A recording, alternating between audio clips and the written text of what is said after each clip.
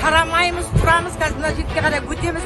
Мына жерге келіп, мына үкіметтің, биліктің адамдары қазмұнайға түскейтін біздің Құдайдан безген деп айтсам болатын шығар. Мені Құдай келсіз, неге десең, менің көз жасыма қараған жоқ. Біздің ақшаға сатып алған ағашымызды алып кетті. Мына жақтан информация жіберіп жатыр, басқалар сен жібер. Біз тарамаймыз, мына жаққа өтеміз. Тұрамыз. Ел шындықты білсен. Алматы-Бишкек жолунда ок атышы болуп жатат. Алматы шаарынын чөтүндө тактап айтканда Алматы-Бишкек жолунун жээгинде ок атышы болуп жатат. Бул тууралуу Спутник Казакстан жазды. Жергиликтүү тургундар ок атышы бир нече сааттан бери тынбай жатканын кабарлашты.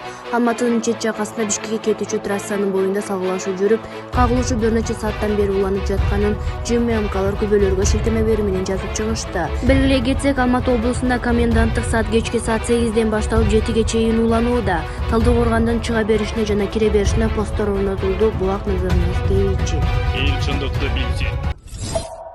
Казакстанда кармалгандардын арасында кыргызстандыктар барбы? Кыргызстандын Тышкы иштер министрлигинин басма сөз кызматы Казакстандагы баш аламандык боюнча кармалгандардын арасында кыргызстандыктар бар же жок экендиги тууралуу маалымат такталып жатканын билдирди. Азырынча маалымат түшүшү элек. Буга чейин Казакстан ички иштер министрлигинин басма сөз кызматы тополоомдо 4200 жаран кармалганын билдирген. Кармалгандардын арасында чет элдик жарандар да бар. Алматы облусунун айылдарынын биринде 100дөн ашуун адам кармалды.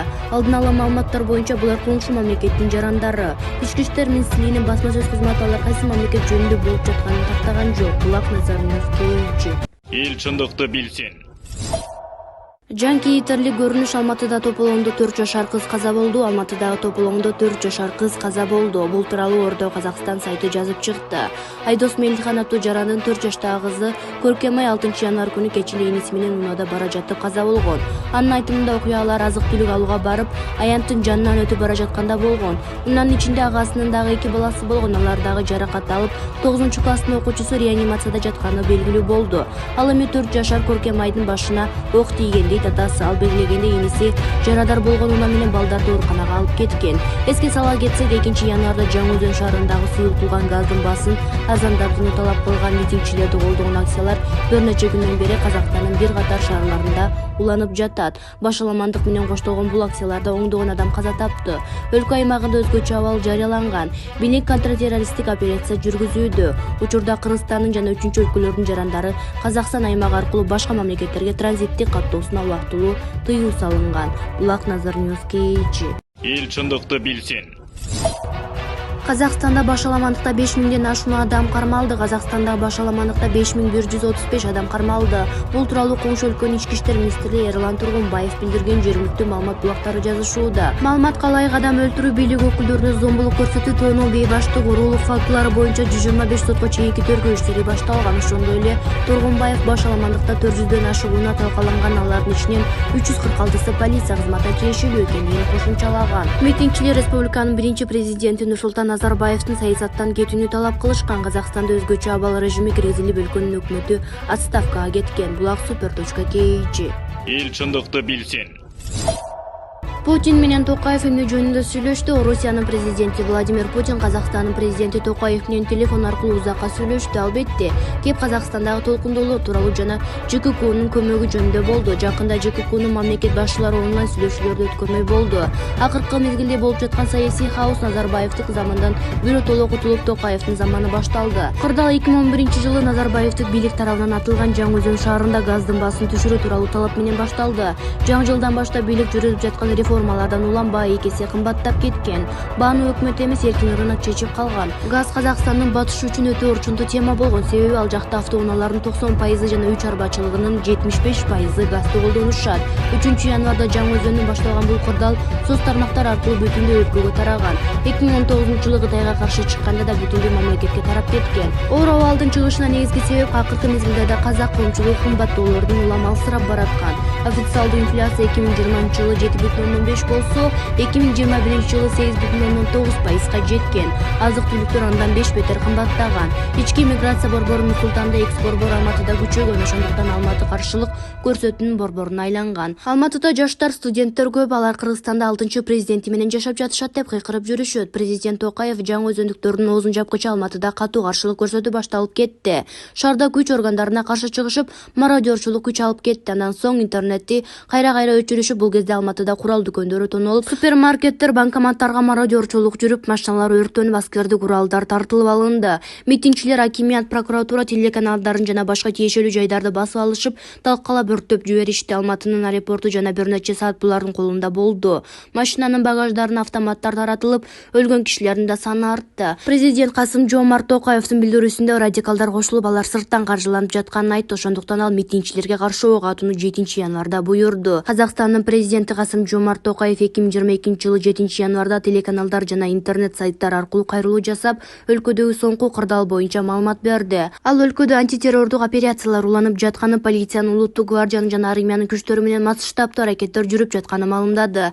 Жалпысынан кырдаал турукташып калганын, конституциялык мыйзамдуулук калыбына келип жатканын айтты. Бирок террорчулар мамлекеттик жана жеке менчик мүлккө дагы деле зыян келтирүүдө, жарандарга карата курал колдонуусун улантууда. Ошондуктан укук коргоо органдары жана армияга эскертүүсүз ок атууга буйрук бердим. Чет жакта тургандар тараптарды тынчтык жол менен сүйлөшүп чечүүгө чакырыктар айтылып жатат. Кандай акылсыздык, кылмышкерлер жана киши өлтүргүчтөр менен кандай сүйлөшүү болушу мүмкүн? Биз чет элдик жана жергиликтүү куралдуу жана атайын даярдыктан өткөн баш кесирлер менен кармашып жатабыз. Бандиттер жана террорчулар, ошондуктан аларды жок кылыш керек. Бул жакын арада толук аткарылат, деди Токаев. Мунун алдында Казакстан ички иштер министрлиги атайын операция учурунда 26 куралдуу адам өлтүрүлгөн, 18 адам жаракат алганын маалымдаган. Ага чейин 7-январдын таңында президент контртеррордук штабтын жыйынын өткөргөн. Казакстандын президенти Касым-Жомарт Токаев коопсуздук кеңешинин жыйынын өткөрүп, өлкөдө тартипти камсыз кылуу үчүн уюмдун лидерлеринен жардам сураган. Ал өлкөдө болуп жаткан окуяларды сырткы агрессия деп атап, аларды чет жакта улуттуу даярдыктан өткөн террордук топтор уюштуруп жатканын билдирген. Натыйжада Казакстандын жааматтык коопсуздук келишими уюмунун аскерлери келе баштады. УКМКнын жетекчиси укурукка чалынып, камакка алынды. Ушундан улам Казакстанда болуп жаткан кырдаалда Назарбаевдин доору бүтүп, Токаев жеңишке жетишти десе болот. Назарбаев Токаев тандеминин таш талканы чыгып, Назарбаевдин кадры биротоло тебеленди. Өзүнө мураскор катары алгач Назарбаев кошоматты жакшы жасайт деп Масимовду тандаган. Бирок казактар уйгурду мамлекет башына алып келбесине көзү жеткен соң аны КНБ же бизче УКМКга жетекчи кылат. Токаевди мураскор кылар алдында ал дипломат катары бир топ жыл сыртта жүрүп, командасы жок экенине басым жасаган. Ашына Өзбекстанда Каримов күтүлбөгөн жерден көз жумган соң анын кызы Гүлнара камалса, Лола бардык мүлктөрүнөн кол жууган. Ушуларга акыл калжап, Назарбаев көзү төрүсүндө кыздарына бийликти өткөрүү үчүн Токаевди трамплин кылган. Формалдуу жана жашыруун бийлик анын колунда калган. Биринчи президенттик статусу ага кепил болуп берсе, коопсуздук кеңешинин төрагалыгы андан кийинки президенттин колу бутун тушап салган. Уйгур Масимовдун КНБнын башында турушу Токаевди такалап турган. Казакстанда болуп жаткан курч кырдаал кош бийликти ташын талкан кылып жиберди. Алгач өкмөт башында турган Аскар Мамин менен Назарбаев тикдордун көзүлөрү ордуларынан жылмышты. Анын отставкасын көптөн бери талап кылып келе жатышкан, бирок Назарбаевдин кадыр баркы менен жүргөн. 5-январ күнү Назарбаевге каршы катуу сок курулду. Ал таянып келаткан уйгур Карим Масимов бошотулуп 8-январда камакка алынды. Аны менен кошо КНБны өзү бийлеп, өзү тейлеген Назарбаевдин инисинин уулу Самат Абиш кызматынан кол жууду. Анын артынан Назарбаевдин ишенген адамдары кызматтарынан кол жушуп, Назарбаев үй бүлөсү менен сыртка чыгып кетүүгө аргасыз болду, дейт Азизбек Келдибеков. Булак Назар Ньюс KG. Эл чындыкты билсин. Эл чындыкты билсин. Алматыдагы акыркы абал Казакстанда дагы деле интернет байланыш иштебей жатат. Алматы шаарынын ичинде эч кимди киргизбей, аскерлер кайтарууга алган. Бул тууралуу Азаттыктын Казакстандагы кабарчысы кабарлады. Анын айтымында президенттин резиденциясын аскерлер курчап турат. Борбордук аянттын жанында 3 адамдын жансыз денеси жатканын көргөн. Бул Алматыдагы башаламандык болуп жаткан негизги жерлердин бири. Дүкөндөрдө жана банкоматтарда кезек күткөндөр көп, деди кабарчы. Ал эми Актау областынан наразычылыкка чыкканда таркай элек митингчилердин башында турган адамды белгисиз бирөөлөр кармап кеткен. Бүгүн Казакстан президенти журналисттик штабтын жыйынын өткөрдү. Токаев өлкөнүн бардык аймагында конституциялык тартип орнотулду деп билдирди. Мындан сырткары Алматы шаарынын 2000ден ашуун адам кармалганын айткан. Интернеттин иштебей калганына буга чейин митинг өткөзүп жүргөн активисттерди айыптады. Эске салсак, 2-январда жаратылыш газынын баасы кескин кымбаттап кеткендигине байланыштуу Казакстанда наразычылык акциялары башталып, кагылыш менен коштолгон. Кагылышууда полиция кызматкерлеринен да наразычылыкка чыккан элдин арасында да каза болгондор бар. Азыркы учурда каза болгондордун саны белгисиз. Булак Назар Ньюс KG. Эл чындыкты билсин.